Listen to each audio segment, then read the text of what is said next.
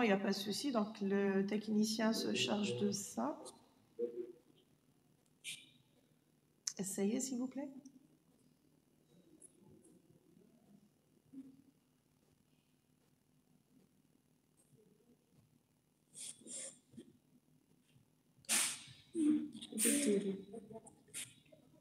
Je dois l'appeler.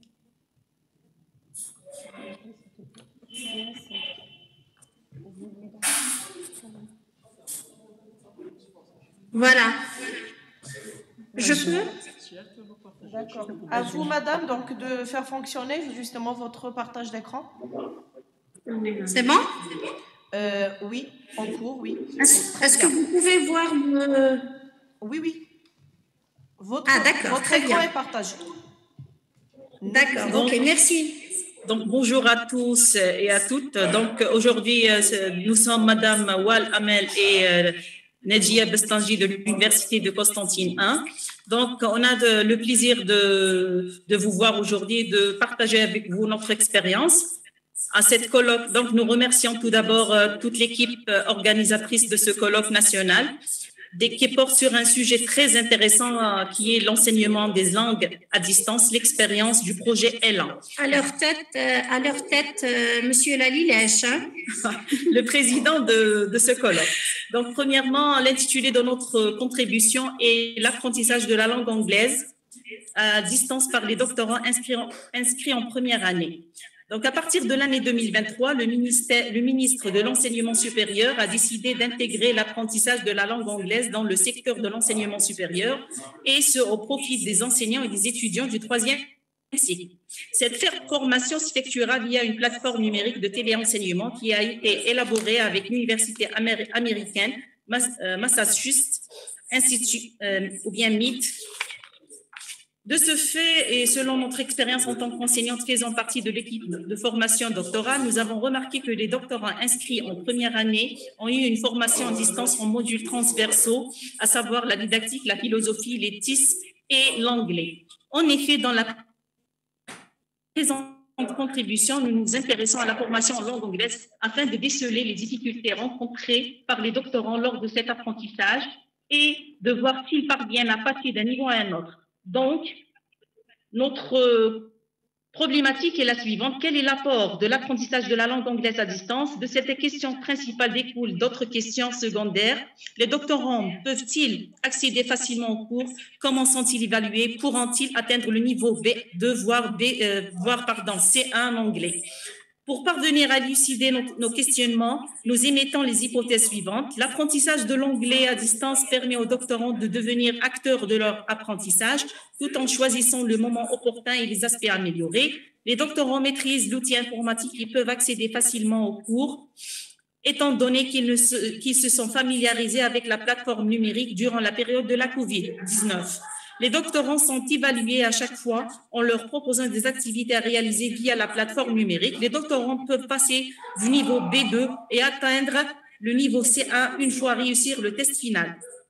Pour bien mener notre recherche, nous proposons un questionnaire auprès de 3 groupes d'étudiants inscrits en première année doctorat, spécialistes en mathématiques, chimie et génie mécanique. Notre objectif étant de déterminer les difficultés rencontrées par ces étudiants lors de l'apprentissage de la langue anglaise et voir s'ils parviennent à améliorer leur niveau en langue. En premier lieu, nous allons contextualiser notre recherche en mettant l'accent sur quelques notions relatives à notre thème, à savoir l'enseignement à distance à l'université, ou bien l'EAD. L'EAD a été renforcé lors de la pandémie de la COVID-19 dans tous les établissements de l'enseignement supérieur. Il était une alternative pour assurer aux étudiants le suivi et la consultation des cours en utilisant la plateforme Moodle.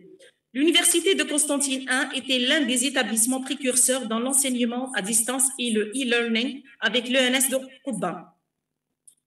En effet, l'université Les Frères Menturi Constantine a mis en place depuis 2012 une stratégie de formation au TIS et pratique pédagogique au profit des enseignants nouvellement recrutés afin d'assurer un enseignement de qualité répondant aux exigences des offres de formation. Nous avons aussi un autre concept qui est la formation e-learning. C'est un mode d'apprentissage inspiré du projet de coopération algéro-suisse qui vise à former des spécialistes en e-learning et de la formation Master Pro Analyse, Conception, Recherche et Développement dans l'ingénierie des technologies en éducation, lancée par les 3 universités, Cergy, Pontoise, France, Mont, Belgique et Genève, Suisse. À la fin de cette formation, les enseignants seront capables de scénariser un cours en respectant la structure pédagogique d'un cours en ligne, administrer le cours scénarisé en utilisant la plateforme Moodle et la norme Scrum, connaître les fonctions et les rôles d'un tuteur en ligne. La construction des cours se fait en 3 phases, une phase de conception, de validation et une autre d'exploitation.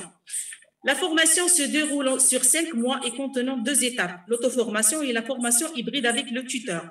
Le président de la Commission nationale de l'enseignement à distance au ministère de l'enseignement supérieur et de la recherche scientifique, professeur Ahmed Belhani, a affirmé que depuis 2012, 20 000 enseignants universitaires ont été formés en téléenseignement, dont 12 000 sont des anciens enseignants et 8 000 enseignants nouvellement recrutés. Aussi, nous allons vous parler de la CNEAD et de l'enseignement à distance des unités transversales. À cause de la pandémie de la COVID-19, l'université a fermé ses portes et a procédé à l'enseignement à distance pour faire face à cette crise. L'objectif était d'assurer la continuité des activités pédagogiques et d'achever l'année universitaire. Le recours aux plateformes numériques, aux réseaux sociaux, chaînes YouTube, etc. était primordial. Dès la rentrée 2023-2024, le ministère de l'enseignement supérieur et de la recherche scientifique a lancé l'enseignement à distance des unités d'enseignement transversal par la CNEAD.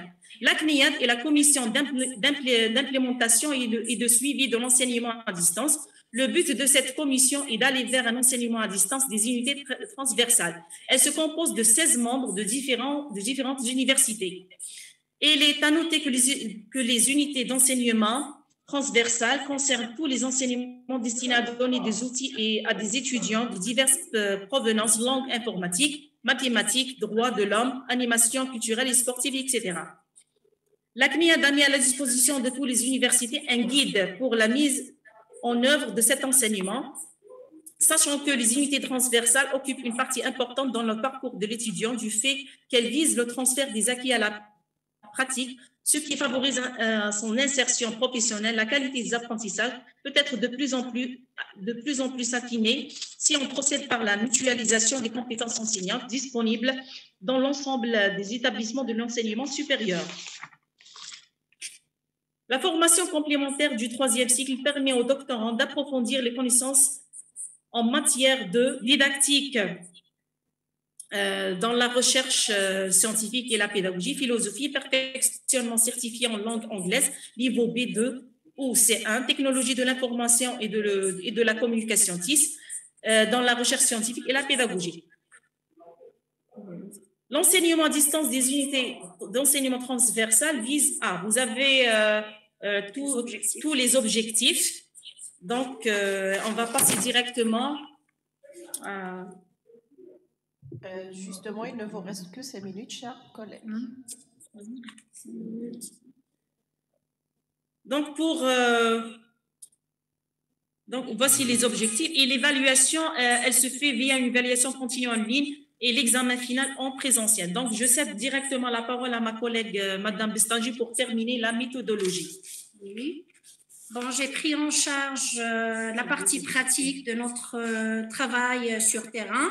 Bon, afin d'apporter des éléments de réponse aux questions de recherche, nous avons effectué une enquête par questionnaire au niveau de l'Université Constantine I.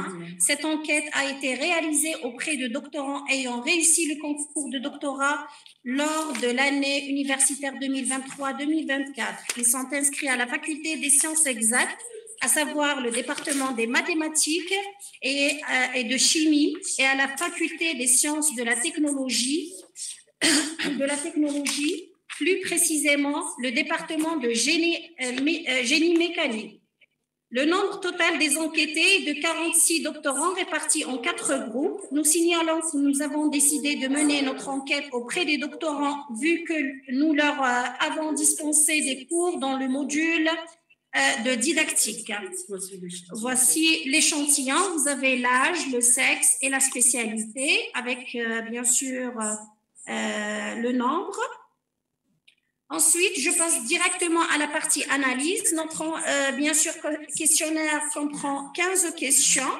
Vous avez en parallèle, pour chaque question, vous avez le pourcentage, bien sûr, des réponses ou bien les résultats obtenus.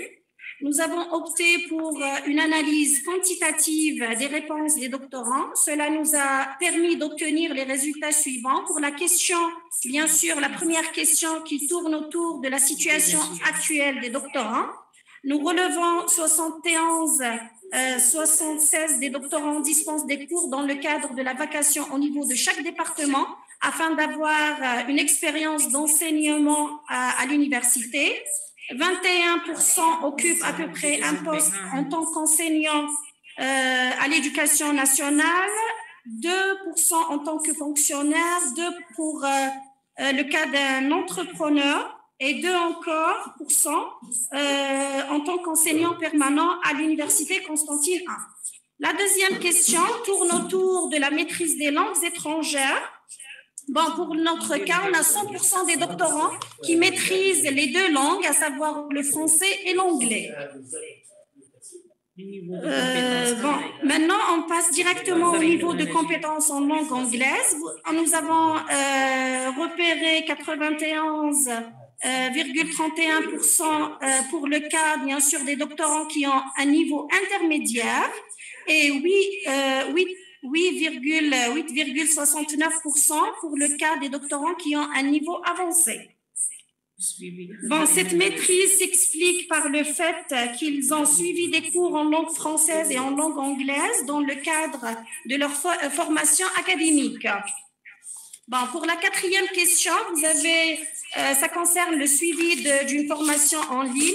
La majorité des doctorants ont suivi une formation, bien sûr, en ligne.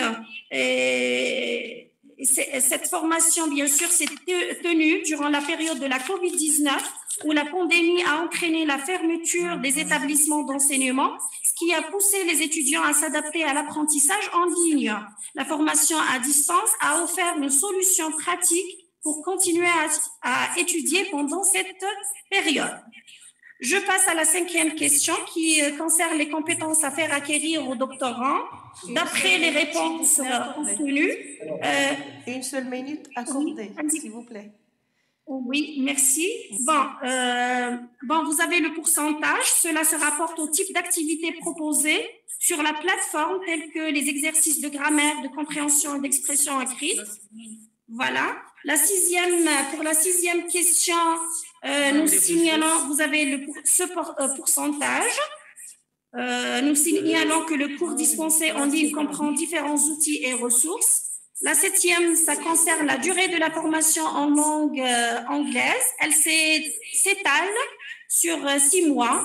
Elle a commencé depuis le début du mois de juin 2023.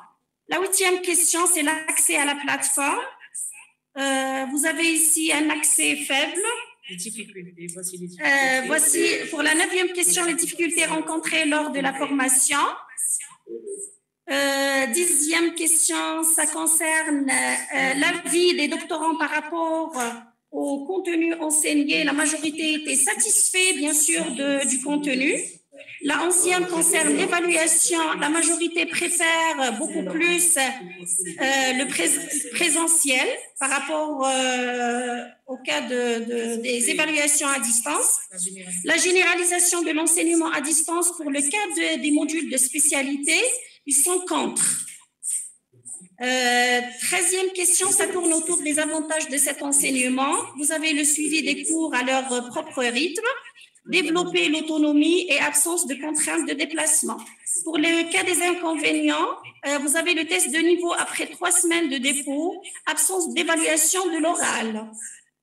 L'opinion à l'égard de l'enseignement de l'anglais à distance. Vous avez, la formation à distance était bénéfique pour les doctorants. Vous avez aussi l'acquisition de nouvelles compétences linguistiques et enfin renforcer la terminologie en anglais pour la publication, surtout des articles et même pour la thèse. On conclut notre travail. Les doctorants deviennent bien sûr acteurs de son apport. Et là, je reviens et je confirme la question posée au début de notre travail de recherche. Le doctorant est autonome, il devient autonome, il peut accéder aux cours et aux ressources pédagogiques à n'importe quel moment. Vous avez aussi le développement des compétences linguistiques, une variété de ressources telles que des vidéos, des forums et des discussions et même des quiz. Et enfin, l'enseignement de l'anglais à distance facilite la collaboration et les échanges entre enseignants et doctorants. Merci pour votre attention. Merci à vous, chers collègues, et merci d'avoir respecté le temps accordé. Merci beaucoup.